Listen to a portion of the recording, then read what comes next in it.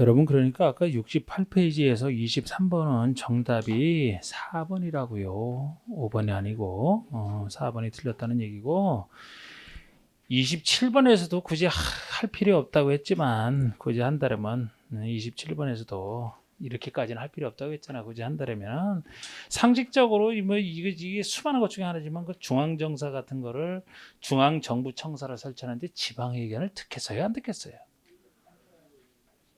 어디 의견을 들을 것 같아요? 관리교로 하는 얘기 아니지만 어디 의견을 들을 것 같아?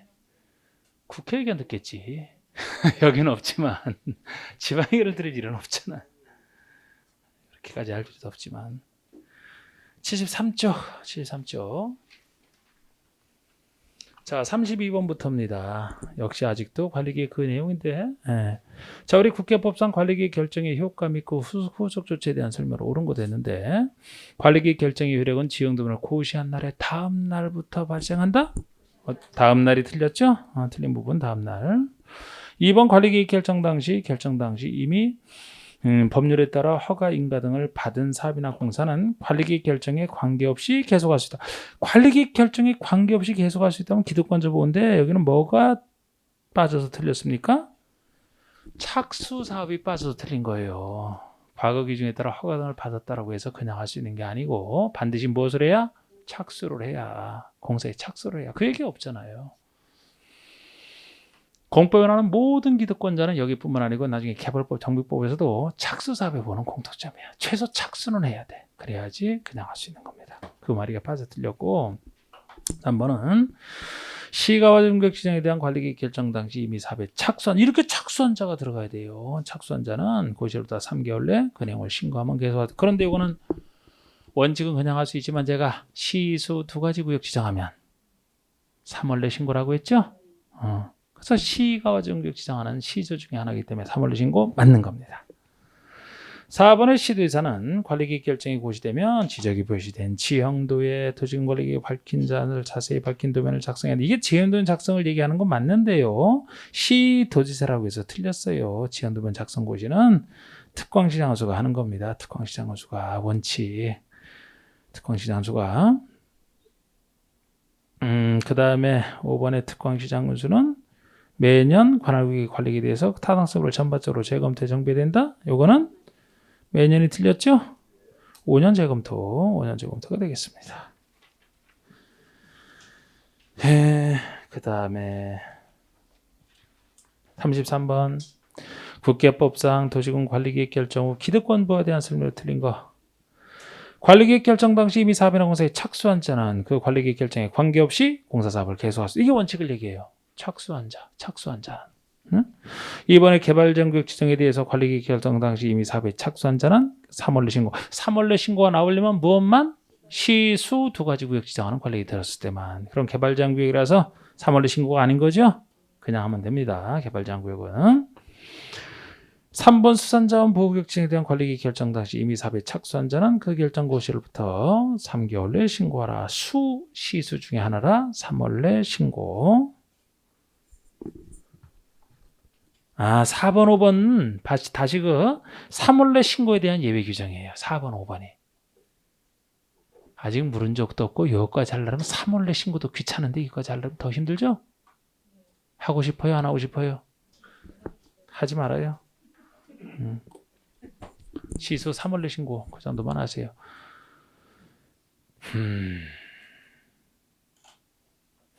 지금 시수가 3월 내 신고라고 했는데 도시개발구역 정비구역에서 역시 구역 지정에 따르면 새로운 행위 제한이 가해지기 때문에 거기서 기득권자로 보호받으려면 구역 지정 고시 후에 며칠 내 신고하는 거예요. 거기는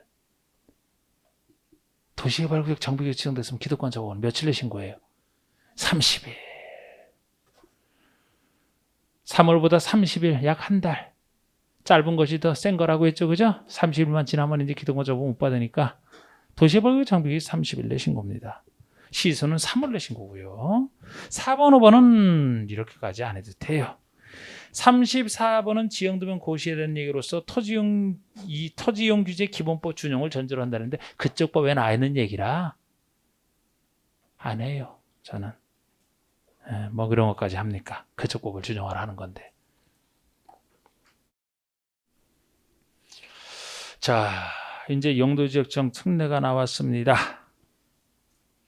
자, 우리 용도지역 기본적인 용도지역은 지구와 달리 지역은 항상 머릿속에 그대로 딱 갖춰놓으라고 했는데, 자, 용도지역이 그만큼 기본이기 때문에 요거는 이제 다시 또 여기다 재현을 해놓고서 하죠.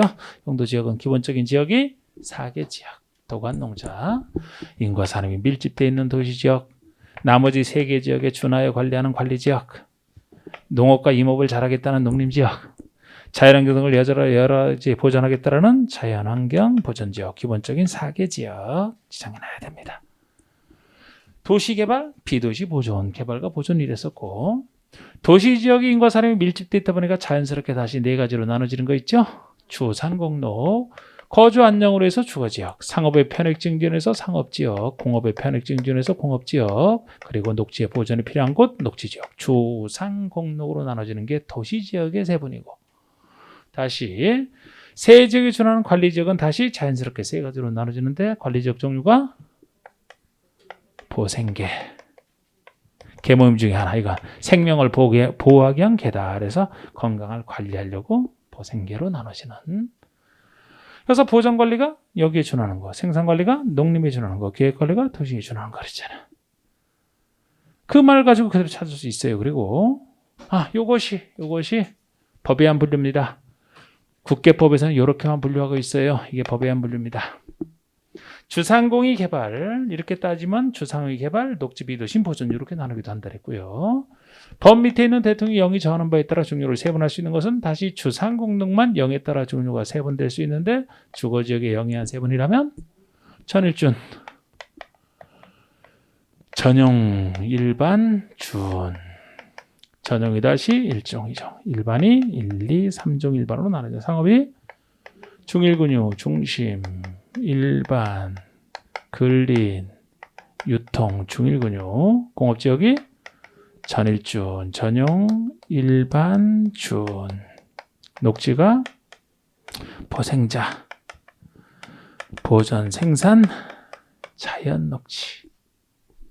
이게 이제 법령의 한 정도지고 다잖아.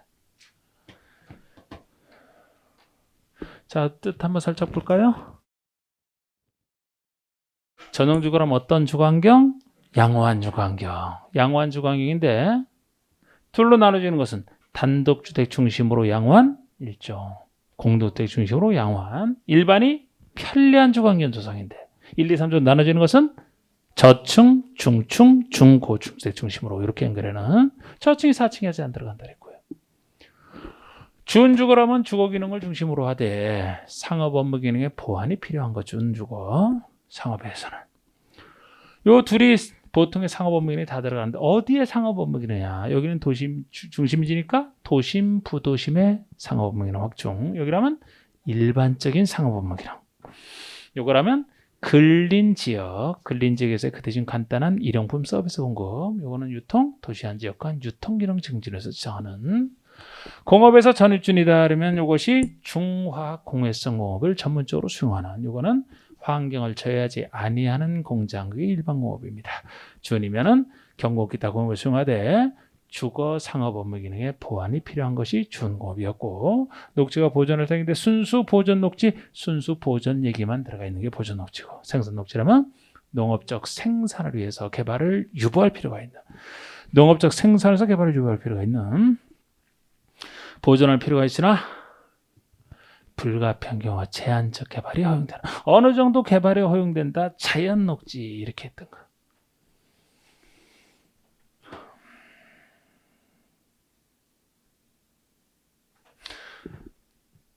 보존 관리하면 여기 주는 것이기 때문에 원래는 자연환경 보존을 지정할 필요가 있으나 주변적의 관계 등을 고려해보니까 요거로 지정하기가 곤란한 곳에, 요거는 농림지역으로 지정하기가 곤란한 곳에 계획 관리하면 도시적으로 편입이 예상되는 지역이나 자연환경을 고려하여 계획적, 제한적 개발을 하려는 계획 관리가 되겠습니다. 농림, 농업진흥지역, 보전, 산지 등으로서 농림업 진흥을 위해서, 이거는 자연환경, 해안, 수자원, 생태계, 문화재 보존과 수산자원 보호 요소를 해서 여러 가지 보존할 것들 다 보존하겠다는 게 자연환경 보존지역이었어요. 지금 지정 특례가 나오는데 용도지역 지정은 원래는 관리계 결정에서 지정합니다만 두 가지 특례가 존재하죠. 하나는 공유수면 매립지, 하나는 기존에 있는 땅인데 타분으로 지정된 공유수면 매립지라면 그 매립지의 매립 안 그래도 되죠. 이제 이거 맨날 해왔던 거라. 왜 또 표정이 그래요? 그리라고요 또? 에휴 이걸 뭐 계속 그리나 이거를.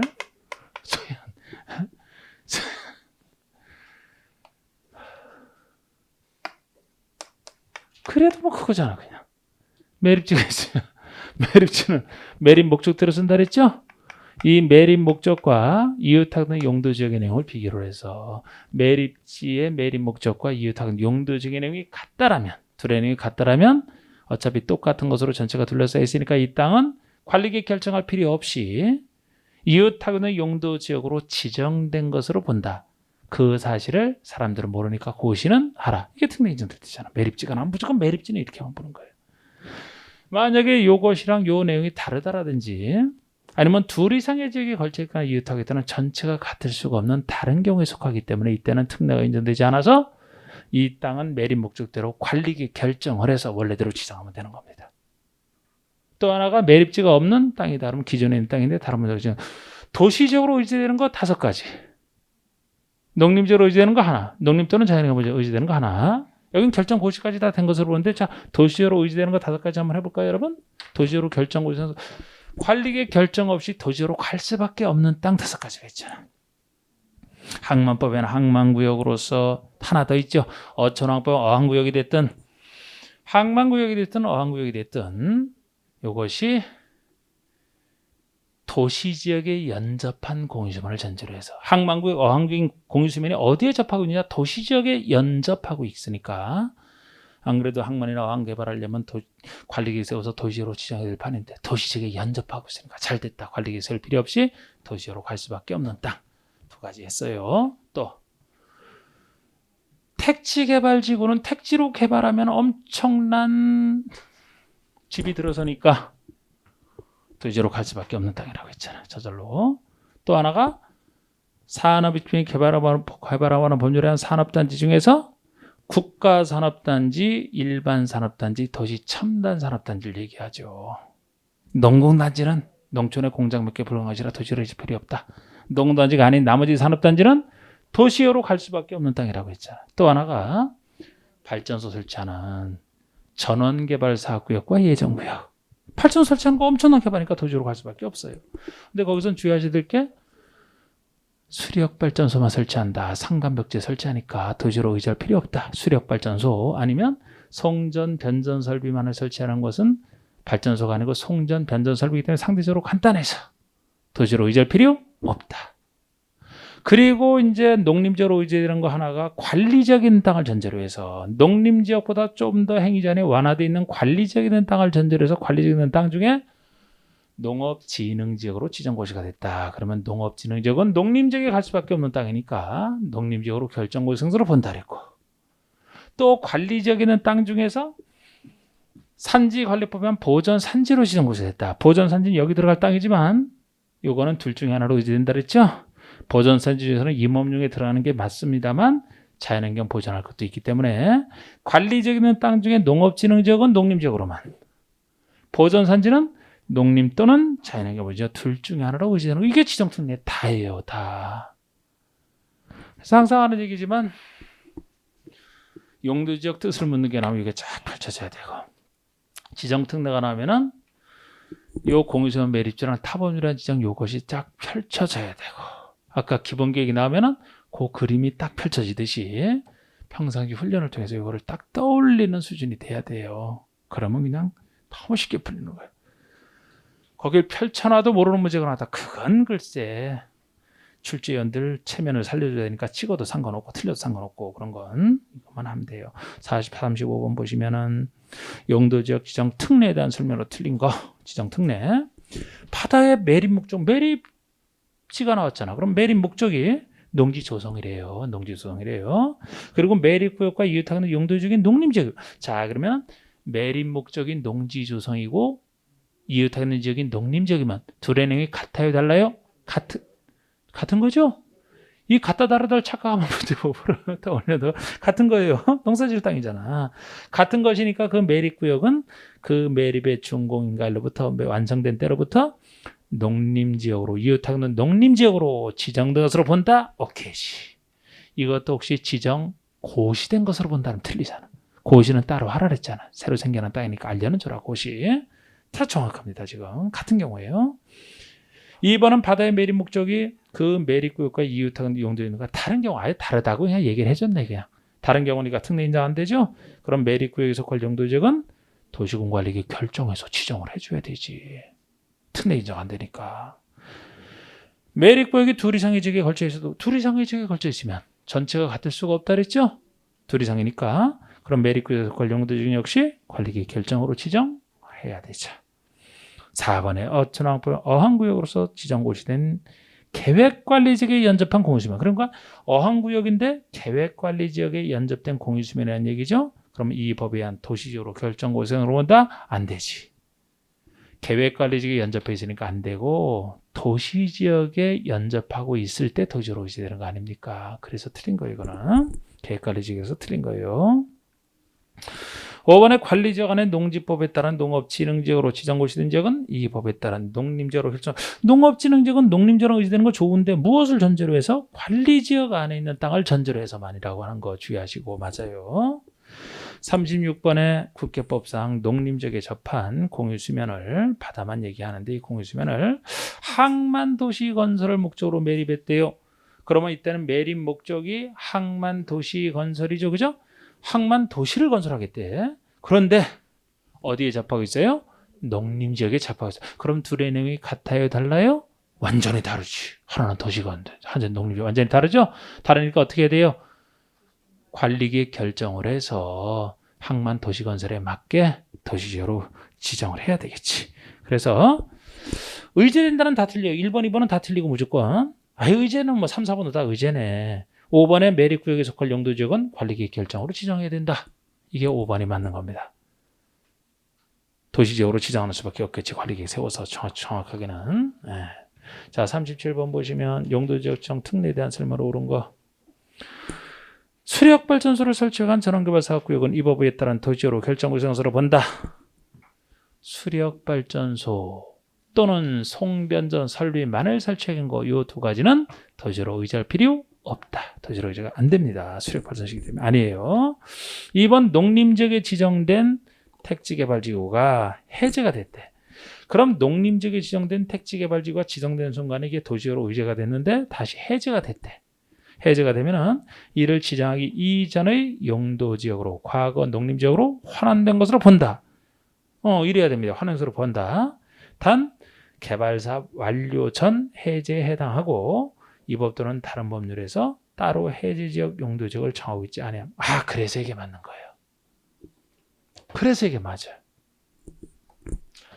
자, 이게 여러분 그 해제의 원리 아닙니까? 여기서뿐만 아니고 다른 데서 쓰는 해제의 원리예요. 개발법에서 쓰고 정비법에서 쓰고 똑같은 원리니까. 자, 어떤 것으로 어느 지역이 의제가 됐다고 했을 때 어떤 것으로 어느 지역이 의제가, 예를 들어 택지개발지구로 지정되는 순간에 도시지역으로 결정의제가 된 것으로 본다라고 했는데 이렇게 의제가 된 상태에서 그 어느 지역이 해제가 됐다라면, 해제가 돼서 없어졌다라면 이것으로 의제됐던 효과는 어떻게 처리할 것이냐. 두 가지로 나눠지죠. 그죠?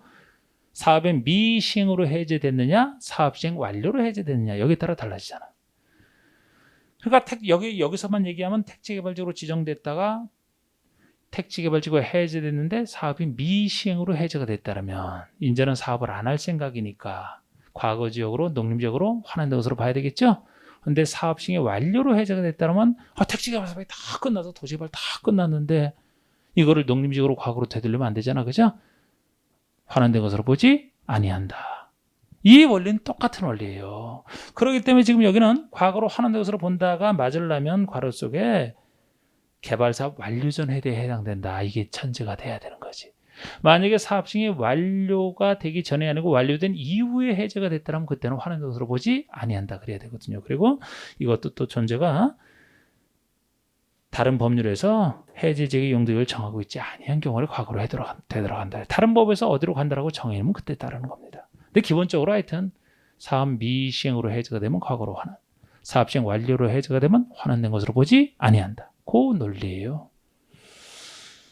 3번의 농공단지로 지정고시된 지역은 이거 종합문제로 나왔지만 이건 하여튼 이 37번은 기출로 나왔던 것 같은데 이게 3번에 농공단지로 지정고시된 지역은 이 법에 따른 도시지역으로 결정고시로 본다. 농공단지만큼은 도시지역으로 의제되는 게 아니다. 나머지 산업단지가 도시지역으로 의제되는 거. 국가, 일반, 도시, 첨단 산업단지가 4가지 산업단지 중에서 자연환경 보전지역에서 농업진흥지역으로 지정고시된 지역은 이 법에 따른 농림지역으로 결정고시로 본다. 자, 농업진흥지역인 농림지역으로 의제가 되려면 뭐 어느 지역에서 관리지역의 농지 좀 그래야 돼요. 자연환경 보전지역이 아니고 자연환경 보전지역은 농림지역보다 더 행위제한에 엄격한 곳이라 이렇게 의지할 필요가 없어요. 관리지역의 농지 좀 그래야 됩니다. 5번에 관리지역의 산림, 이렇게 관리지역의 산림을 전제로 해서 보전 산지로 지정고시가 됐다면 자연환경 보전지역으로 결정고시가 된다. 이거는 자연환경 보전지역으로 의제된 데서 틀린 거예요. 농림지역 또는 자연환경 보전지역 둘 중에 하나. 사실 웬만한 것은 농림지역에 들어가는 게 더 많아요. 보전 산지에서 대부분이 임업용이기 때문에. 그래서 농림지역 또는 자연환경 보전지역 둘 중에 하나. 전제는 좋은데. 예. 자, 38번에 보세요. 그래서 아까도 관리계획에서 막 뺄 거 뺐잖아요. 그런데 할 건 해야 돼요. 그중에서 어떻게 바꿔낼지 모르거든요. 용도지역별 지정 목적의 연결이 틀린 것으로 묶은 것은 틀린 거. 준주거지역 해놓고 주거기능에 일부 상업업무기능 보완을 위한 지역이다. 자, 주거기능에 상업업무 보완이 필요하다. 이것이 준주거. 맞아요? 틀려요? 맞아요. 네, 맞아요. 1번 중심상업지역에 중심상업지역에 해놓고 도심부도심의 상업업무기능 확충, 도심부도심이 중심이죠? 딱 맞아요. 전원공업, 주로 중화공해성업을 수행하는 것이 전원공업. 환경을 저해하지 공업 들어가는 것이 일반. 맞습니다. 준공업 해놓고 경공업의 수용과 주거상업업 업무기능 보완이 필요하다. 섞여 있는 것이 준공업. 맞아요. 다 맞아 지금.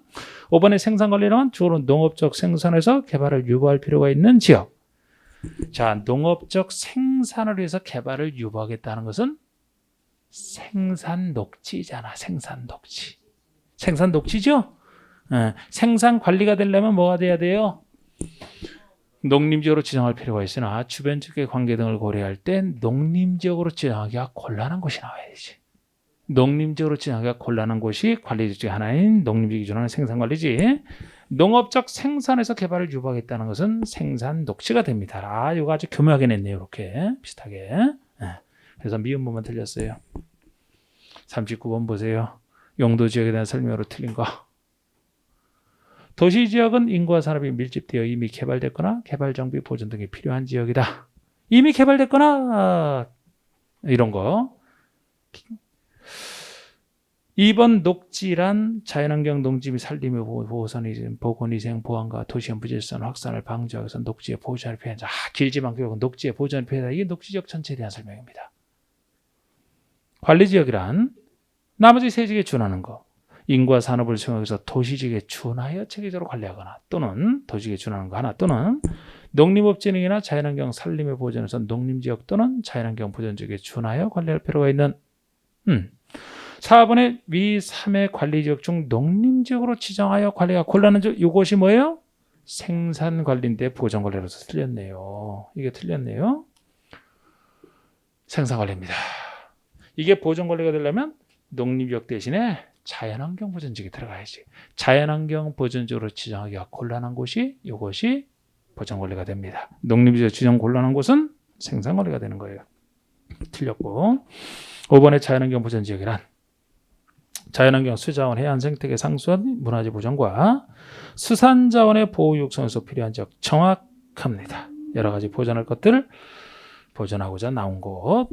40번의 국회법상 용도지역 중 도시지역에 해당하지 않는 거. 이와 이렇게 쉬울 수가 28회 문제인데 이런 걸 틀리면은 절대 어디 가서 얘기도 못하죠. 이런 걸 틀리면 답은 계획관리. 관리지역 중에 하나잖아요. 참 그죠? 41번 관리지역에 대한 설명으로 틀린 거. 자, 이번엔 관리지역에 대한 설명으로 틀린 거. 1번 관리지역은 보전관리, 생산관리, 계획관리 지역 포생계 세 번 지정될 수 있다. 2번 계획관리 지역 안에 취락을 정부에서 자연취락지구를 지정할 수 있다. 여러분, 이건 이제 취락지구에 한 얘기잖아. 우리 지구 중에서 취락지구를 하면 어디에 지정할 수 있는지, 이 취락지구는 지정할 수 있는 곳이 한정돼 있죠. 지역 중에서는 어디만 취락지구 지정할 수 있어요? 녹지, 비도시. 녹지, 비도시. 주상공은 여기 집 짓고 사는 사람들은 여기 비싼 곳인데 스스로 취락만 가지면 다 스스로 고친다 그랬잖아. 그래서 녹지, 비도시 들어가고 구역 중에서는 개발제한구역과 도시자연공구역까지만 들어갈 수 있는데 특히 녹지나 비도시 지역에 들어가는 취락지구를 자연취락지구, 특히 개발제한구역에만 들어가는 취락지구를 집단취락 이렇게 배우지 않습니까? 용도지구 파트에서. 여기 관련돼서 같이 물어본 거예요. 종합문제로. 그러면 계획관리지역의 취락을 정부에나 계획관리하면 여기 들어가죠. 그죠? 녹지 비도시 지역 중에 하나죠. 그러니까 자연취락지구 맞지? 맞잖아. 3번의 관리지역 안에서 세부 용도로 지정되지 아니한 경우 건축 제한은 보전관리에 대한 규정을 적용한다. 관리지역 안에서 세분이 안 돼 있어요. 보전관리에 대한 규정을 적용한다. 유명한 얘기잖아. 여기 보세요. 여기 보세요. 이거는 용도적 행위제한을 하고 나서 하는 얘기인데 우리 용도적 행위제한은 세 가지가 있잖아요. 건축 제한과 건폐율 용도율 세 가지가 있는데 이 세 가지 제한이 지역마다 다 다르게 돼 있단 말이야. 그럼 어느 지역이 나왔으면 그 지역에 정해진 건폐율 용도율 건축 제한을 그대로 쓰면 돼요. 그런데 문제는 4개 지역으로 지정이 원래 돼야 되는데 4개 지역 중 하나로 지정이 안 돼 있는 특수한 경우가 있어요. 만약에 4개 지역으로 지정이 안 돼 있다 그러면 행위제한을 안 할 수는 없죠. 지역이 없다고 안 할 수는 없고 하긴 해야 되는데 어느 행위제한을 끌어다 쓸 것이냐라는 문제를 제가 얘기했었죠. 4개 지역으로 지정이 안 돼 있으면 어느 지역의 건축제한 건폐율 용도율 규정을 준용합니까? 자, 이렇게 보시죠. 일단 막아놓고 보자는 원리라고 했잖아. 나중엔 지역을 지정해야 돼요. 그런데 이렇게 해서 도시적인 행위제한을 거기다 적용했다가는 나중에 이렇게 지정되면 좋지만 서로 이렇게 만약에 설령 이렇게 지정이 된다면 개발했던 거 다 파괴시켜야 되거든. 그래서 제일 행위제한에 엄격한 자연환경 보존적인 행위제한을 끌어다 써놓고 이렇게 되면 좋고 다른 쪽으로 지정할 필요가 있으면 그때 가서 풀어주기만 하면 되거든, 행위제한을. 그래서 여기에 대한 행위제한을 끌어다 쓴다고 보시면 돼요. 그런데 이번엔 도시적까지는 지정이 됐는데 이렇게 세 번이 안 됐어. 세 번의 지역별로 행위제한이 다 다른데 도시적까지는 지정인데 이렇게 세 번이 안 됐지만 어느 지역의 행위제한을 끌어다 쓴다라고 했어요? 네? 보전 녹지. 도시 중에서는 제일 보존할 필요가 있는 땅이 여기잖아요. 값이 제일 싼 곳 하면서 했던 거. 지금 물은 건 이거잖아, 이거. 관리지역까지 지정이 됐는데 이렇게 세 분이 안 돼 있어요. 어느 행위제한을? 4개 지역 중에서는 요건데 안 돼 있어요. 요건데 안 돼 있어요. 요거 똑같은 원리잖아. 일단 마감으로 놓고 보자는 원리. 행위제한의 제일 엄격한 것에 대한 원리를 끌어다 쓴다. 종합문제입니다. 이런 것도 알아야 돼요. 맞아요. 4번에 관리지역에 지정된 개발진흥지구에 지구 단위 계획이 수립된 거고 건폐율은 최대 60% 이하에서 주라. 이거 종합 문제인데 이거 몰라도 돼. 이건 안 해도 돼요. 왜 대답이 전혀 없네? 하고 싶어요? 이거는 특례 중에 하나예요. 특례. 여기에 대한 건폐율 용도는 시험 문제 거의 99% 이걸 낸다 그랬잖아요. 특례는 한 번 나왔을 뿐이야. 근데 이건 특례에서 한 번 더 꼰 거예요. 이거는. 예를 들어 관리지역의 개발진흥지구라면 이게 비도시의 개발진흥지구라 특례 기준 중에서 관리지역과 상관없이 이게 40%짜리거든요. 근데 거기에 다시 지구 단위기 지정되면은 건폐율은 150%까지 늘릴 수가 있어요. 그래서 40에 150%, 60% 몰라도 돼. 그런데 이거 몰라도 돼. 이런 거 지금까지 제가 안 배운 걸 연구하려고 하지 말아요. 근데 제가 이거 얘기를 했는데 안 해도 된다 그랬는데 아무도 반응을 안 하는 거 보니까 하고 싶어 하는 것 같은데 하지 마라 이런 거. 예? 여기 있는 거 이거 다 기억나요? 이거는 여러분 이거 건폐율 이것도 잘 기억나죠? 이건 기억을 꼭 해야 돼. 이거는 여기 건폐율 얼마예요? 여기 건폐율 최대치. 여기는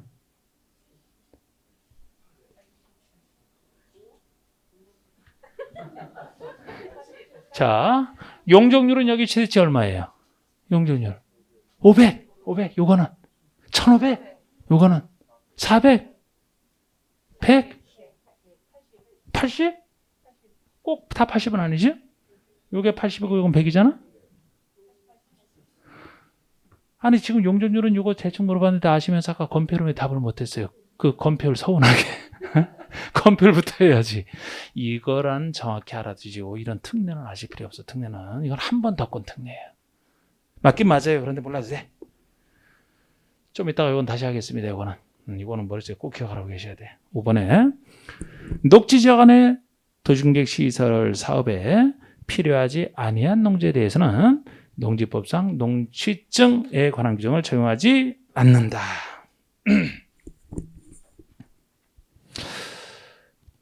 이게 틀렸습니다. 적용합니다. 왜? 녹지지역 안에 있고 도중객 시설에 필요하지 아니한 농지이기 때문에 다시 적용된다 그래야 돼. 이거는 알아야 돼. 4번은 몰라도 되지만 이건 알아야 됩니다. 자 여러분 이 도시지역에만 적용이 안 되는 규정이 두 가지 규정이 있어요. 하나는 접도구역제. 제가 접도구역이라는 게 접할접자, 도로자, 도로에 접하는 일정한 땅. 이 도로 주변에 접하고 있는 일정한 땅에 대해서 도로교통의 안전에 지장을 줄 수 있는 것들을 막아야 되기 때문에 도로에 접하는 일정한 땅 이 접도구역에 건축물을 아예 못 짓게 통제할 필요가 있으면 접도구역을 지정하는 거예요. 그럼 접도구역제는 건물 못 짓게 하는 땅이기 때문에 도시지역에서는 접도구역제 자체가 적용이 안 돼요. 비도시지역의 전제로서 비도시지역에서는 이 도로 주변에 있는 땅값이 비싸지도 않고 도로교통의 안전에 지장을 줄 수 있다면 그걸 막기 위해서 접도구역제를 지정하고 건물 못 짓게 통제할 수는 있습니다만 이게 도시지역에 있는 땅이라면은 도시지역에는 도로 옆에 있는 땅은 너무 비싼데 이거를 접도구역에서 공공이익으로 해서 건축을 못 짓게 한다. 이 비싼 땅 지어놓고 건물을 못 짓게 한다. 사익의 침해가 너무 커서 안 된다 그랬어요. 그래서 접도구역제는 우리가 시골 갔을 때 도시를 벗어났을 때 접도구역제 되면 그 편말이 나타납니다. 거기 정할 수 있지 도시지역에는 지정할 수가 없다 그랬고 또 하나가 농취증 얘기예요. 농취증. 농지법에서 배우시는 농지취득 자격증 면제는 농민의 농지 취득을 위해서 지정한 제도입니다. 농민이 농지를 취득할 때는 농지는 농민이 취득해서 자기 농업경에 써야 되기 때문에 농지 취득 자격증을 발급받아야 되는 거예요. 농사 잘 지으라고. 농민이 취득해서 농사 잘 지으라고. 근데 도시지역에 있는 농지라면 개발할 땅이거든. 도시지역 개발할 땅 아닙니까? 여기는 농지라도 농사 지을 땅이 주목적이 아니에요. 앞으로 개발될 땅이기 때문에 농민이 취득할 필요 없잖아요. 개발할 사람이 취득해서 이 목적에 맞게 개발해야 되기 때문에 농지증 아예 적용이 안 돼. 그러면 그 얘기는 도시적인 농지에 대해서는 농지지만 취득할 때 농지증 발급받을 필요 없다 이렇게 나가는 거예요. 그런데 거기에 대한 예외가 이거예요. 아무리 도시적이지만 녹지라면 보존할 땅이기 때문에 이곳에 있는 농지는 농사짓기 좋은 땅이고 여기 있는 농지라도 만약에 도심계획 시설 사업에 필요하다면 그쪽으로 개발될 거 아닙니까? 도심계획 시설 사업이 개발될 텐데 그게 아니고 녹지적인 농지로서 도심계획 시설 사업에 필요하지 아니한 농지라면 순수 농사짓기 좋은 농지니까 농민이 취득을 해서 농사짓는 데 써야 돼요. 그래서 이때는 예외적으로 다시 농지증 규정이 적용이 됩니다. 예외 규정이에요. 이거는. 숨차. 진짜. 이거 억지로 쓰는데 이게 적응이 돼야 될 것 같은데 계속 숨이 차는 그냥. 42번. 국회법상 자연환경 보존직에 대한 설명을 오는 거예요. 우리 자연환경 보존직에 대한 그 종합적인 문제를 낸 것 같네요. 따로 자연환경 보존직만 가지고. 자연환경 수자원 해안 생태계 상수원 문화재 보존과 이렇게 보존할 것들 열거하고 있고요. 수산자원의 보호 육성을 위해서 관리기로 결정한다. 딱 맞네 그러면? 관리기로 결정하는 내용 맞고 용도 지역이니까. 뜻도 맞고. 이게 정답이에요 그냥. 이 법 시행령에서 정하는 건폐율 최대한도는 20%, 용적률 최대한도는 100%. 뭐가 틀렸어요? 용적률이 틀렸습니다. 용적률은 80% 이렇게 돼야 되잖아. A 양 나온 거 건폐율 용적률. 가만있어 봐. 이거를 지금 하게 되면은 나중에 해드릴게요. 나중에 건폐율 용적률 파트에서. 어쨌든 건폐율은 20% 맞아요. 용적률이 80%가 되는 겁니다. 3번의 자연환경 보존지역 안에서는 교육연구시설 중에 중고등학교 설치가 허용된다. 몰라요. 몰라야 돼요. 자, 이게 바로 행위제한 건축제한 얘기인데 제가 건축제한 얘기는 너무 많아. 자, 우리 지역에서 행위제한하면 지역이 지정돼 있고 나서 지역에 행위제한하면 세 가지 행위제한을 한단 말이에요. 건축 제한. 이 각각의 용도 지역 나눠진 용도 지역별로 어떤 건축을 지을 수 있느냐 없느냐를 결정하는 것이 건축 제한, 건축 용도 제한이라고 하는 겁니다. 어떤 건축을 지을 수 있다라고 했을 때 크기랑 관련해서 건폐율은 최대 얼마까지, 용도는 최대 얼마까지, 이 세 가지 행위 제한이 지역에서 행위 제한으로 배우는 거예요. 특히 건폐율, 용도율은 각 지역별로 이제 최대한도를 정해놓고 이 최대한도 넘지 않는 범위에서는 짓게 해놨습니다. 나중에 지구나 구역에서 행위 제한은 건축 제한밖에 없어요. 건폐율, 용도율은 지역에서만 따로 나오는 얘기입니다. 지구 구역에는 없고. 근데 여기서 이거를 숫자 거의 매번 한 번씩 나오는 게 이거예요. 건폐율의 최대한도 이렇게 숫자지만 이건 중요한 거예요.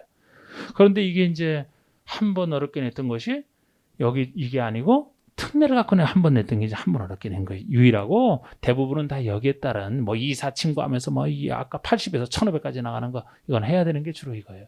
이건 들 나왔어요. 들 나왔지만 아예 안 나온 건 아니고 나오긴 나왔는데 찍어야 돼요. 몇 가지만 제가 해드렸잖아요. 몇 가지만. 그 몇 가지도 아주 소수란 말이에요. 거기서 나오면 좋고 거기서 나왔을 때는 29회 때는 그때 나와서 다행이었지만 보통은 세밀하게 물으면 틀릴 수밖에 없어요.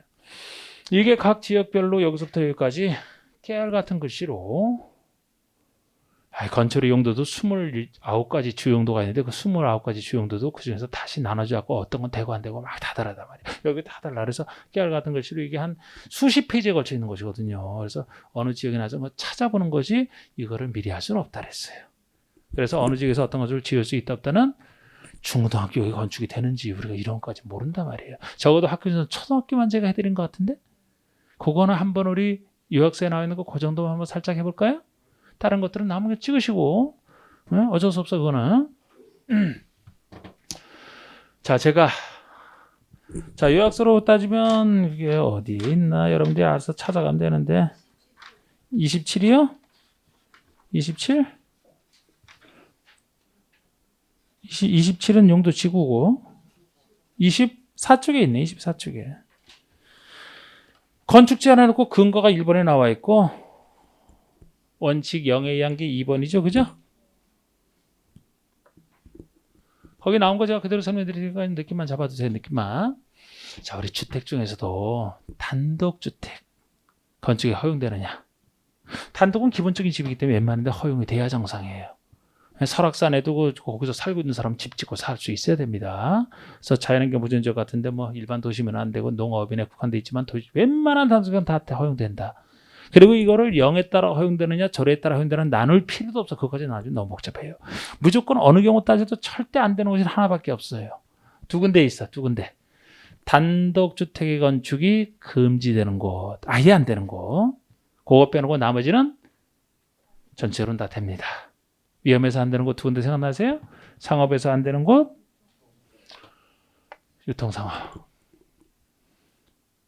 여기는 도시건설권 유통기능 증진이기 때문에 대형 화물차 위주로 다니기 때문에 위험해서 단독주택 지어서 애들 키우기 위험해서 안 된다 이런 느낌. 또 하나가 전용공업이잖아. 중화 공해성업이 들어가기 때문에 위험해서 안 돼요. 두 군데만 금지되고 나머지는 뭐 농업인 주택이 하나지만 나머지는 그래서 되긴 됩니다. 두 군데가 안 되는 거예요. 그리고 아파트라면 이제 공동주택에서 제일 큰 게 아파트 아닙니까? 그래서 아파트는 오히려 큰 것이기 때문에 웬만한 데는 금지가 되고 허용되는 거 찾는 게 더 쉬워요. 큰 주택이라. 그래서 녹지비 도시는 아예 안 되잖아. 보존을 땅이기 때문에 녹지비 도시는 아예 안 되고 주상권 중에서도 주거지역에서 안 되는 곳이 어디 안 돼요? 일종 전용이 단독주택 중심이기 때문에 공동주택의 대표적인 아파트가 들어가서는 안 되지.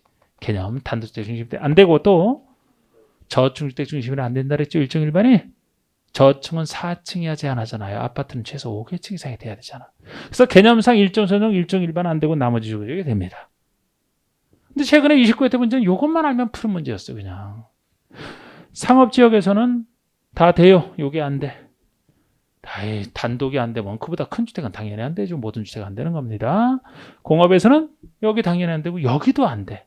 단독은 되지만 아파트는 안 되고 여기만 되는 게 주거 기능의 보완이 필요한 곳이거든요. 여기가. 그래서 결국 아파트는 허용되는 곳이 전주에서는 2종 전용. 여기 주거지역 중에서는 1종 전용, 1종 일반을 뺀 나머지 주거지역, 유통을 뺀 상업지역, 준공업에 허용된다. 이렇게 보시면 됩니다. 그 다음에 주택이 아닌 것 중에서 우리 동네에서 쉽게 볼 수 있는 작은 생활.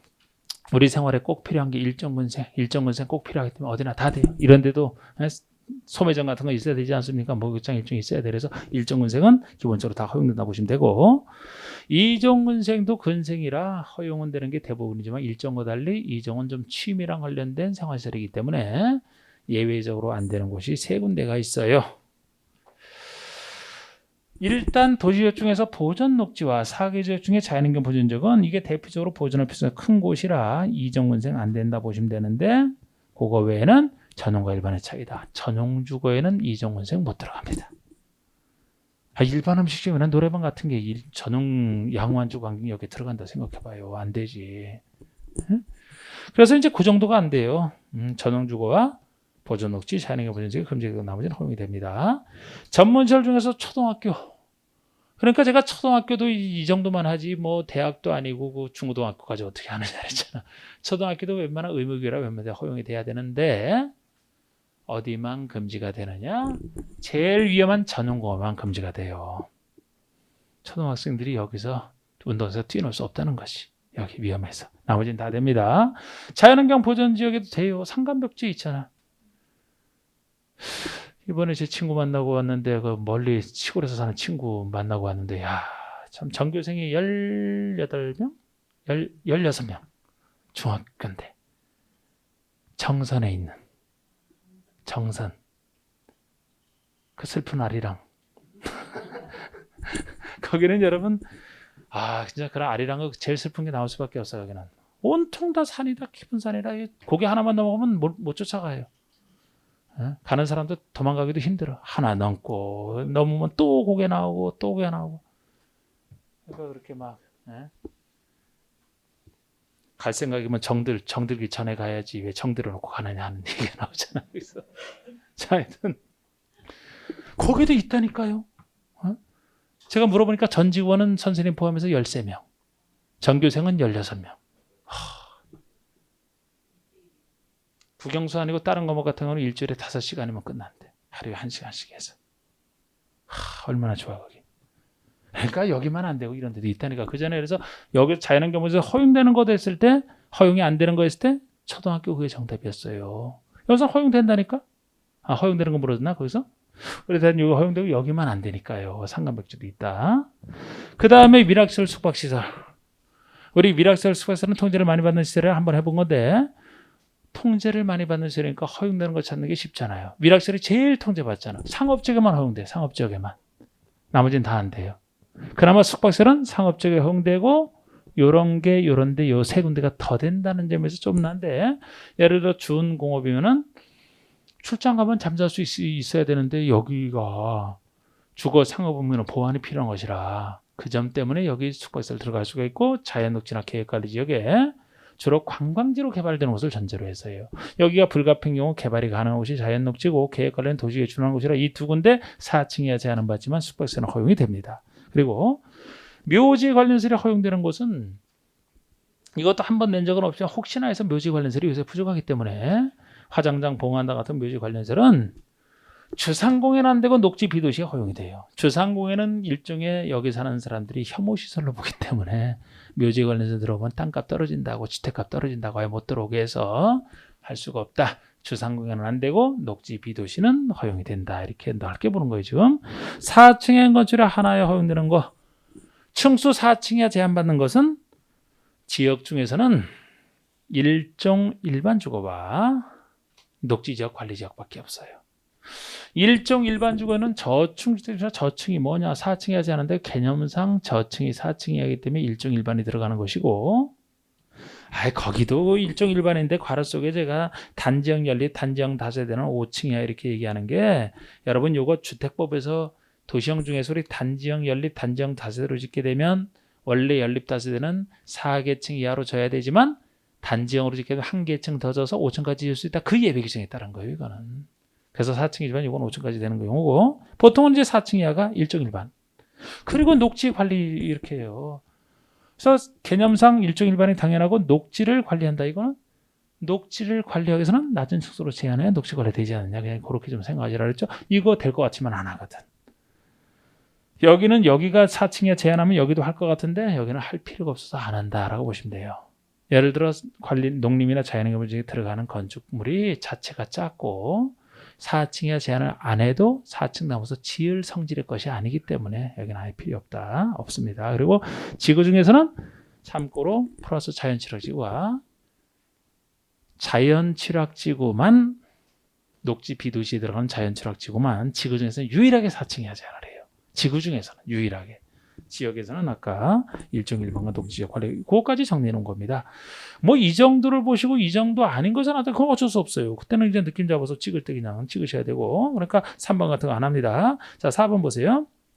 42번에 4번 자연환경 보전지역 중에 수산자원 보호구역 안에서의 건축 제한은 수도법에 따른다. 이게 바로 이겁니다. 이 건축 제한은 근거거든요. 건축 제한은 어디에 이 건축 제한이 나왔냐? 근거 원칙이 대통령령. 우리 지금 대통령령에 나와 있는 내용을 일부만 우리가 지금 공부한 거예요. 지금 좀 전에 해드린 게. 그리고 예외가 대통령령이 아닌 특별법, 개별 특별법에 의하는 경우가 있거든요. 이걸 따르게 하시고 아닌 것이 대통령령입니다. 그 특별법 중에 하나가 이거예요.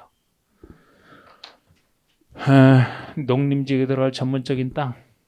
농림지역에 들어갈 전문적인 땅에 대해서는 농이 농업진흥지역, 농지법을, 림보전산지는 산지관리법을, 초지도 여기 들어가는 땅이죠. 농지랑 비슷하니까 초지법을 이렇게 했던 거.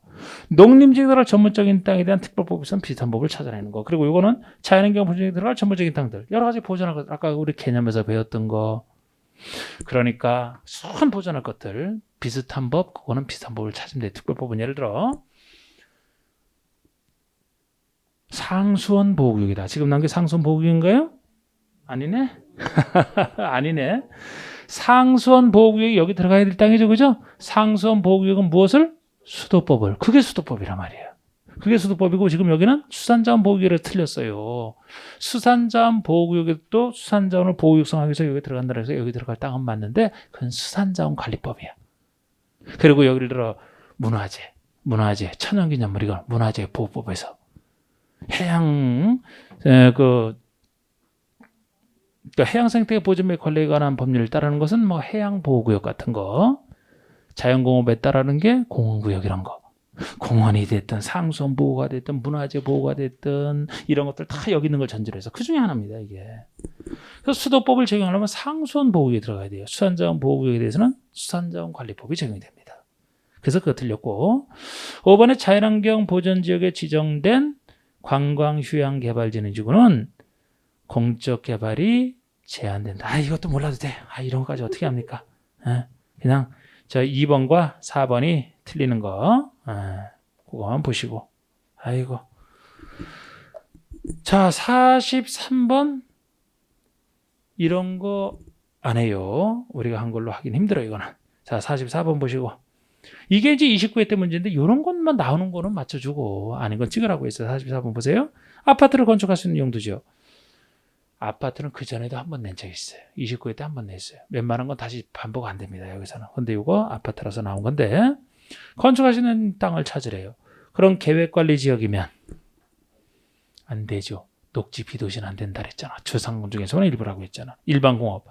근데 공업지역에서 준공업만 된다 그랬잖아. 준공업만 되고 유통상업 단독부터 안 되니까 아파트 안 된다 했던 거. 일종 일반주거. 일종 일반주거는 4층 이하 저층주택 중심이라 아파트는 개념상 못 들어간다. 이종 여러분 이종 전용이 공동주택 중심이잖아요. 그럼 공동주택 대표견 아파트는 당연히 들어가야지 개념 생각하면. 예. 자 일단 쉬세요.